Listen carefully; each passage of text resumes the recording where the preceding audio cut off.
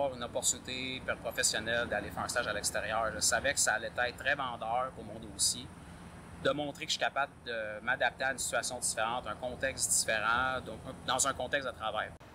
Initialement, en fait, c'est qu'il y a une grande histoire avec l'Afrique au sein de la famille. Là. Mes parents se sont rencontrés initialement en Afrique. Donc, j'ai toujours eu cette espèce de vouloir d'un peu aller voir, qu'est-ce que c'est l'Afrique? Je le connais, j'ai des images en tête, j'ai vu des photos, mais qu'est-ce que c'est réellement? L'élément de se dépasser puis d'aller chercher une confrontation reliée à souvent ces petits démons qu'on a. Moi, ça me fait beaucoup de bien. Je suis une personne qui carbure au défi. Ça fait un peu cliché de dire ça, mais j'ai besoin de sortir de ma bulle de confort.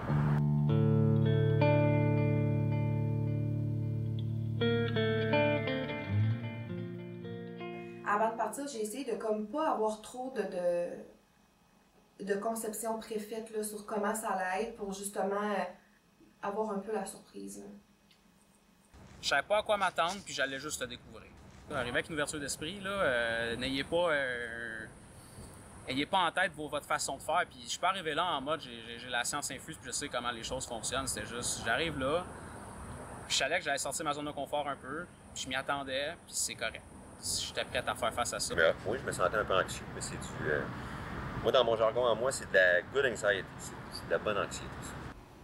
J'avais essayé de pas me faire trop d'attentes, tu sais, d'avoir des choses que je voulais retirer, mais d'essayer de laisser ce flou pour pas être déçue puis pas me dire que ça sera pas exactement comme je voulais.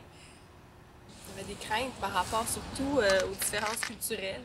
Est-ce que j'allais être capable de m'adapter? Parce qu'on a comme des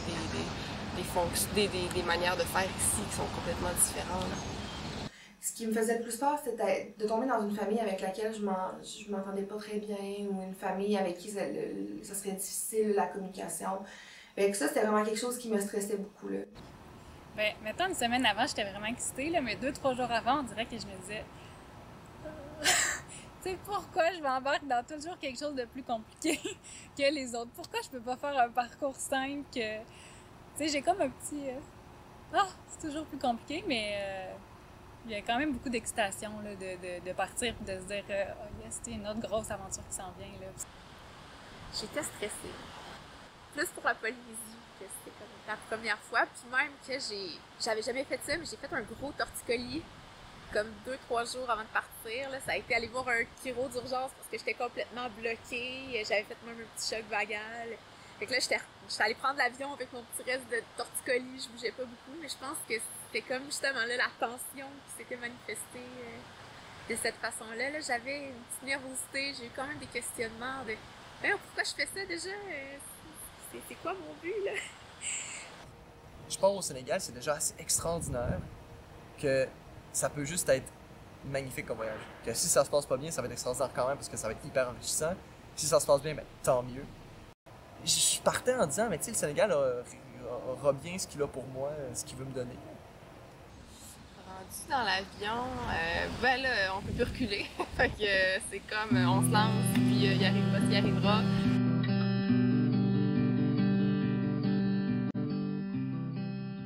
Une fois arrivé sur place, là, on dirait que ça t'atterris à Dakar, t'atterris de nuit, puis, tu sais, la langue, le climat, le paysage, tout est complètement différent, puis tu fais, oh, ok.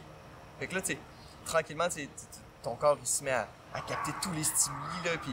C'est un petit aéroport, tout ça, puis là, il fait chaud, c'est épouvantable. Puis là, il y a des gens qui jouent du ukulélé.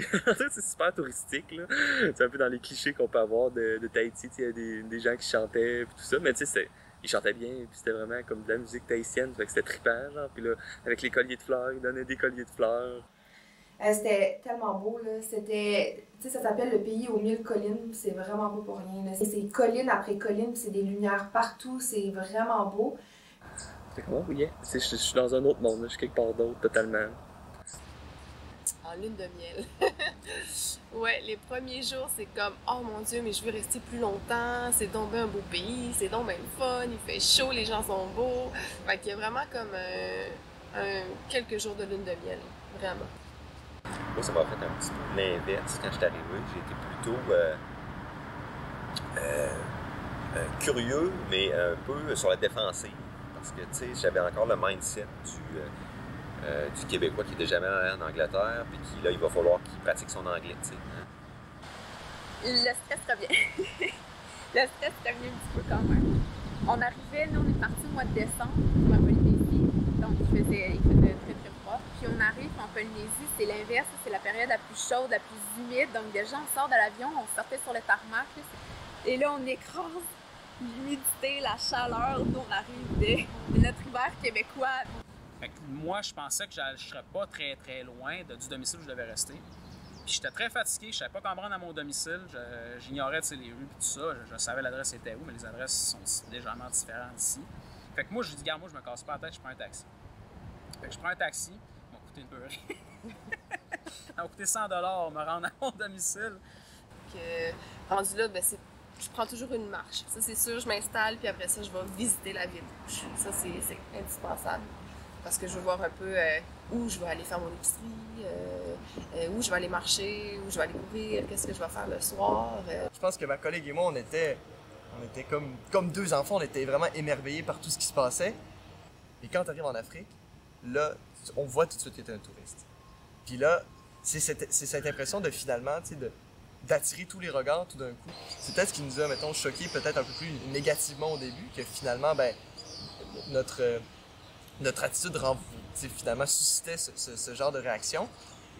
Je me dis, si les gens là-bas nous fixaient, nous, qui pour eux, on était les personnes de couleur, tu sais, d'une couleur différente, ben je me dis, ici, c'est sûr qu'il y a des gens qui ressentent ça, là, fait qu'on dirait que ça me remettait là, de faire plus attention. Tu sais, je me suis dit tout de suite, quand je vais revenir au Québec, je vais vraiment plus faire attention là, à ça, parce que moi, je trouvais ça difficile. Là. Je savais, tu sais, mettons, j'ai des amis noirs du secondaire, puis ils me disaient, tu sais, d'être une minorité, c'est difficile, mais j'avais jamais compris à quel point. Je me disais, mais tu sais, on l'oublie tellement, la couleur. Mais c'est vrai que quand t'es au Togo, là, puis t'es la seule fille blanche du village, t'oublies pas vraiment que t'es blanc.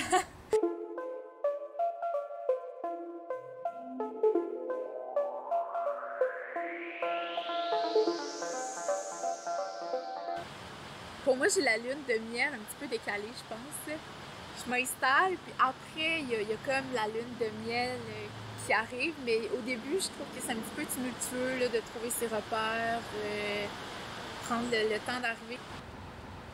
J'ai toujours un petit peu le blues. On dirait que je suis un peu découragée de la culture dans laquelle je suis. À un certain stade, on dirait que je suis un découragement. Ils sont donc bien mal organisés. Mais voyons, je peux-tu avoir mes soirées tranquilles? Je peux-tu, tu sais, on dirait qu'il y a comme des petits irritants. Ça, on dirait que ça n'a pas le choix d'arriver. Puis finalement, je me disais, ça serait bon le manger tel bord de chocolat que j'aime. Ou au pire, juste m'emmener une boîte de Kraft Dinner, même si en général, j'aime pas ça, mais juste pour me rappeler un peu la maison. On dirait que ça m'aurait comme enlevé le goût de la nourriture rwandaise que je commençais à être tannée. Fait que c'est comme plein de petits trucs comme ça que j'avais pas fait, que là, je pense que ça rendait ça encore plus difficile.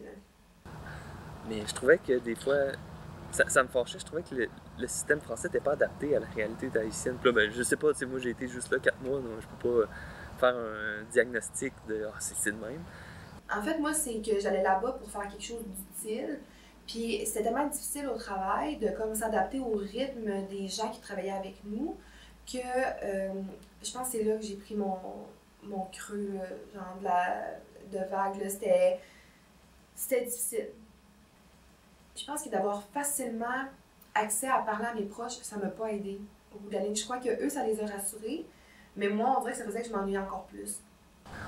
Parce que je trouvais ça dur parce qu'il y avait des trucs qui se passaient ici, tu sais, dans ma famille. Il y avait des gens qui étaient malades, il y a eu des décès aussi.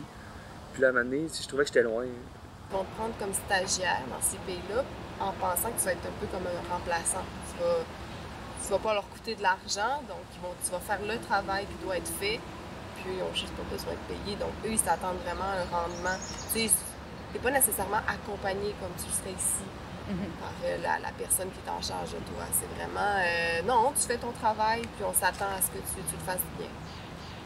Donc, c'est correct, c'est juste qu'il faut savoir à quoi s'attendre. Puis, tu sais, quand on va aussi dans un autre pays, on s'attend peut-être à voyager ou à vivre des choses, mais c'est pas nécessairement le cas. T'sais, on va là pour travailler. que j'avais 2 journées de congé par semaine. Il fallait que je choisisse vraiment qu'est-ce que je veux faire, mais j'avais aussi des cours à monter. Il fallait, tu sais, je travaille le lundi, c'est vraiment, c'est sérieux. Faut pas penser qu'on va là pour se faire du fun. C'est pas toujours facile, mais faut vraiment garder en tête que c'est toi qui dois s'adapter à eux, à la situation, et non l'inverse. Puis je me suis mis à dessiner là, comme un bullet journal, là, puis comme écrire mes émotions, comment c'était cette journée-là, puis qu'est-ce qui avait été positif dans ma journée, puis qu'est-ce qui avait été négatif dans ma journée. Fait que je pense que c'était vraiment de dire, ben c'est normal que des fois ça aille moins bien, puis que je me trouve loin de ma famille, puis que la nourriture, ben là, je suis vraiment tannée de manger des haricots, puis tu sais que c'était juste normal là, que je vive ça.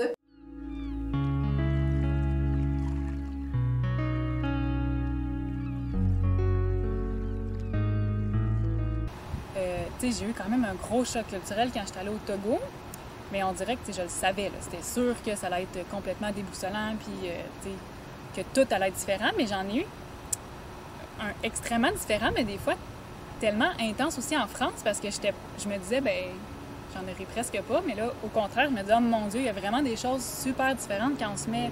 J'étais déjà allée, en fait, je pense 5 fois, quand même vraiment plusieurs fois en France avant, fait que je me disais que je connaissais la culture, mais de vraiment vivre comme étudiante là-bas, de se faire des amis étudiants que, ben, t'es comme un petit peu au même titre qu'eux. On découvre vraiment plus de choses que juste de voyager de façon individuelle puis de façon, voyage backpack. J'ai eu plus de difficultés à le vivre au Togo parce que j'en parlais pas. Parce que, puis c'est aussi pour ça que je pense que peut-être que mon choc est aussi intense, mais je l'ai beaucoup moins vécu intensément parce que en France, je me permettais d'être fâchée. C'est pas parce qu'on change de pays puis qu'on veut être vraiment ouvert puis comprendre que t'as pas les mêmes valeurs. Tu sais, j'ai eu la même enfance, même si je suis rendue en France. Puis quand j'étais au Togo, je voulais tellement tout accepter que je me disais, tu sais, moi, j'ai vu au Togo, il y avait beaucoup de violence envers les enfants, puis j'étais pas capable de me dire que c'est pas correct. Tu sais, qu'est-ce que tu veux, pour moi, c'est vraiment inacceptable d'avoir une violence envers les enfants, d'éduquer les enfants avec des coups, puis tout ça, c'était vraiment complètement inacceptable. Fait que j'ai trouvé ça plus difficile, puis j'en ai moins parlé, fait qu'on dirait que je l'ai pas vécu de la même façon, mon choc culturel. Ouais, c'est vraiment difficile de mettre des mots sur vraiment le choc culturel. Qu'est-ce que c'est? C'est comme une réaction à des situations qu'on peut pas être préparé, en fait. Moi, tu sais, j'avais quand même suivi plusieurs formations. Tu sais, on est chanceux à l'Université Laval, on en a beaucoup, puis ça nous donne des outils, mais ça nous permet pas de tu sais, on n'est pas choc culturel proof. Bon, je pensais un peu ça au début quand je suis partie au Togo parce que je pense que j'avais eu 7 formations. Tu sais, j'avais passé beaucoup d'heures. Pour moi, le choc culturel, c'est comme la partie avant l'apprentissage de l'autre culture. Tu sais, si t'as pas de choc, ben c'est pas différent. C'est pareil. Mais tu sais, après de te dire, tu sais, je suis mal à l'aise, ben qu'est-ce qui me met mal à l'aise dans le fond? Pourquoi ça me met mal à l'aise? Tu sais, ben OK, tu as une émotion que clairement, chez vous, ça t'arrive pas. Ben c'est ça, le choc culturel. C'est un peu pour ça que tu y vas aussi, c'est de te dire, moi, je veux vivre plein de choses, puis je veux changer ma façon de penser, puis découvrir des nouvelles façons de penser, des nouvelles façons de vivre. Fait que ça vient avec. Ça demande de la réflexion, puis c'est pour ça que des fois, ça peut devenir un petit peu fatigant, puis des fois, ça fait un petit, tu sais, que ça vient comme dans le petit creux après, c'est que tu es beaucoup dans la réflexion, mais quand tu te donnes la peine de réfléchir, c'est comme si tu défais tous les nœuds là, qui arrivent, puis après ça, tu es capable de te faire comme une belle corde solide, puis d'apprendre, tu sais.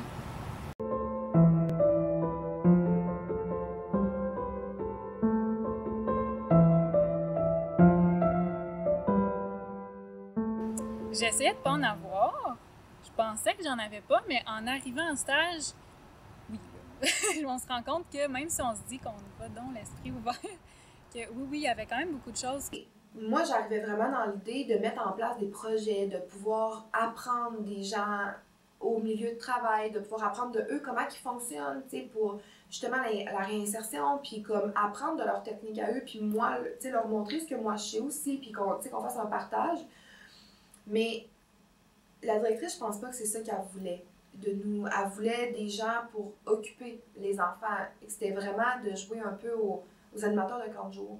Ce qui est correct aussi, c'était leurs besoins à eux, puis c'est ça qu'ils voulaient. Les premières semaines, c'est beaucoup d'adaptation. c'est souvent s'adapter au matériel qu'ils vont t'offrir là-bas, qui n'est pas comme ici. Par exemple, nous, en enseignement, ici, on est quand même bien occupés, on a souvent des tableaux blancs interactifs, on a beaucoup de matériel. Là-bas, c'est vraiment plus magistral, plus comme à l'ancienne. Donc, c'est de s'adapter à ça. Parce qu'ils ont comme eu l'impression, c'est moi ma vision culturelle très américaine de la chose qui est différente, mais je m'attendais à ce qu'ils me donnent beaucoup de tâches à faire et que j'allais être occupé énormément, mais eux, ils m'ont pas occupé beaucoup, là.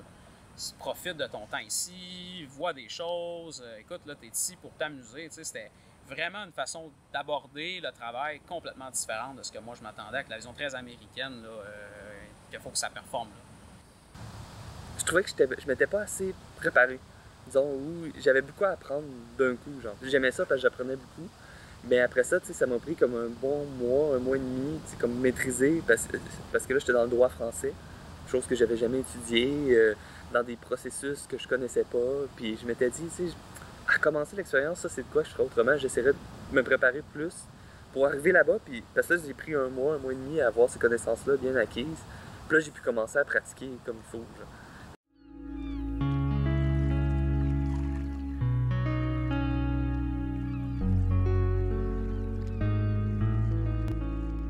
Mais en même temps, beaucoup d'émotions parce que c'était dire adieu, puis tu sais, à chaque fois on dit c'est un au revoir, mais tu sais, c'est loin pour un au revoir. Tu sais, je reviendrai pas l'été prochain pour venir une semaine, c'est sûr. Fait que, tu sais, je savais que c'était limite des adieux. Puis c'était surtout un adieu à un contexte de vie.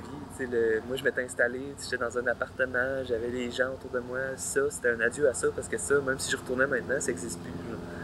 Tu sais, les gens ont bougé, les gens ont déménagé. Le retour. Ça a été le moment le plus difficile si on compare avant départ, du séjour, le retour, ça a été vraiment. J'ai réalisé aussi du temps que c'est important d'avoir un plan au retour ou d'avoir des projets. Fait que moi, maintenant, en voyage, je me fais une liste. Puis on dirait que le fait d'être à l'extérieur, c'est tellement inspirant que j'ai plein d'idées de choses que je veux accomplir dans la vie. C'est plein de choses. C'est de quitter des choses, des gens et des choses qu'on s'était vraiment mis à apprécier.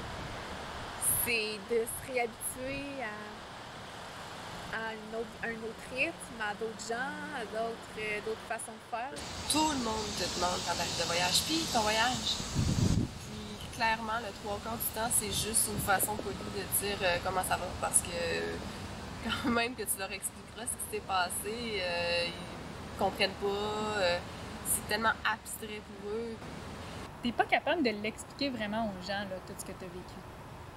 Mais justement, moi, il y avait quelqu'un qui m'avait raconté ça aussi par rapport au deuil. Là. Puis je pense que c'était basé sur le livre de Jean Montbourquette qui disait quand tu as un deuil comme ça, c'est comme si on venait de livrer dans ton salon une baleine. Puis tu peux pas la sortir. Elle est apparue là, genre, tu as une baleine. Puis la seule affaire que tu peux faire, c'est la manger. Mais une baleine, c'est pas bon, c'est caoutchouteux. Puis si tu la manges pas, tu vas pourrir. Dans ton processus, c'est le temps, parce que tu peux pas manger. Si tu manges ta baleine en une journée, tu vas juste être malade, puis c'est impossible, puis c'est trop gros, genre. À force de la manger, tu essaies de rendre ça le mieux que tu peux, limite ta cuisine, ou tu peux faire ce que tu veux avec ta baleine. Après ça, ben limite, tu vas avoir les os. Puis avec les os, tu peux te construire ce que tu veux, tu peux te construire des renforts, tu peux construire... Ça, j'avais trouvé ça beau comme image.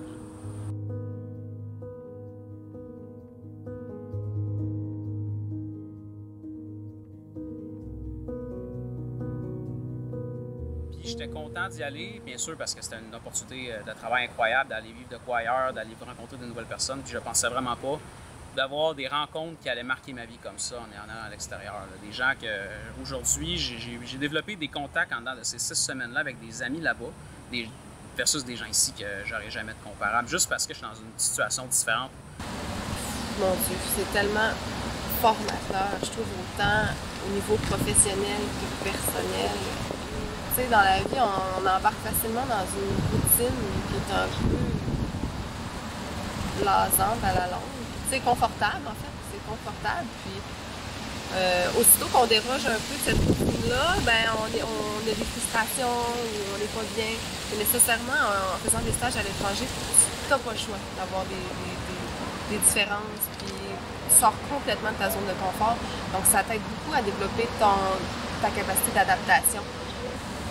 Tu découvres plein de choses sur toi. Souvent, on dit « moi, je serais pas capable parce que je parle pas cette langue-là, je serais pas capable parce que je suis bien chez moi, ou peu importe. Puis tu te rends compte que finalement, t'es capable. Puis ça se passe super bien. Beaucoup de questionnements, tu sais. J'ai vraiment appris à me questionner, c'est ça, sur différentes façons dont moi j'observais des situations, sur la manière dont moi j'agissais. Je trouve que en voyage, généralement, là, surtout quand tu passes du temps de même, c'est que tu réalises plus de choses sur toi que sur les autres. Parce que quand tu as passé ta vie à avoir une façon de faire, tu n'as jamais eu tendance à te poser des questions sur des détails, des choses qui te paraissent anodines complètement. Mais au final, tu te rends compte que il y a d'autres façons de faire. C'est vraiment en étant dans un autre contexte que tu réalises que crime, tu n'as pas nécessairement la bonne façon de faire toujours. En anthropologie, c'est sûr qu'on est habitué de voir qu'il y a différentes façons de faire, c'est sûr, mais de le vivre, puis ça concrétise le truc. Là. Tout le monde veut notre mal, tout le monde veut nous voler, tout le monde veut nous agresser, tout le monde... Non, tu sais, il y a des... C'est sûr que oui, il y a du monde méchant un peu partout. Il y a des contextes aussi sociaux qui peuvent exacerber certaines tensions, mais de ne pas partir avec cette vision-là négative où les gens sont des pauvres victimes qui vont vouloir t'agresser. D'avoir quand même une certaine foi dans la bienveillance des gens en général. Tu sais, de dire que si tu construis un projet, ben, c'est quoi l'impact de ce projet-là dans la communauté? Est-ce que les gens vont accepter ce projet-là? Tu peux pas avoir de sous-expérience à l'étranger. Tu peux pas... je pense que tous les voyages que tu peux faire vont t'apporter un petit quelque chose en plus. Je pense que voir du pays, ça peut jamais être mauvais. Puis d'y aller, vraiment de foncer, pas trop se poser de questions, pas trop se demander si ça va bien aller parce que on s'adapte à tout. Puis c'est vraiment... On en ressort vraiment gagnant, puis on peut pas regretter. Faites des voyages. Faites-en des voyages. Ça, c'est... Puis, moi, je dis ça souvent quand j'ai la chance de dire ça. Là, je l'ai la chance. Là, je vais la prendre. Faites des voyages, puis évitez d'éviter. Faut pas éviter les éléments qui nous apparaissent anxiogènes, stressants, parce qu'en les évitant, on va se gonfler de ballon dans notre tête. Faites-les, puis vous allez les faire avec votre couleur, votre manière, puis ça va être maladroit parfois, ça va être difficile, mais on dit que ça va faire du bien par la suite, vous allez être rendu compte, hey, j'ai réussi à faire ça. Puis conscience de réaliser, tabarnouche que c'est une opportunité. Quand j'étais en train de le vivre, je ne me rendais pas compte, mais comment c'est une opportunité en or qui ne se reproduira jamais. C'est vraiment un privilège de le vivre comme ça, de le voir.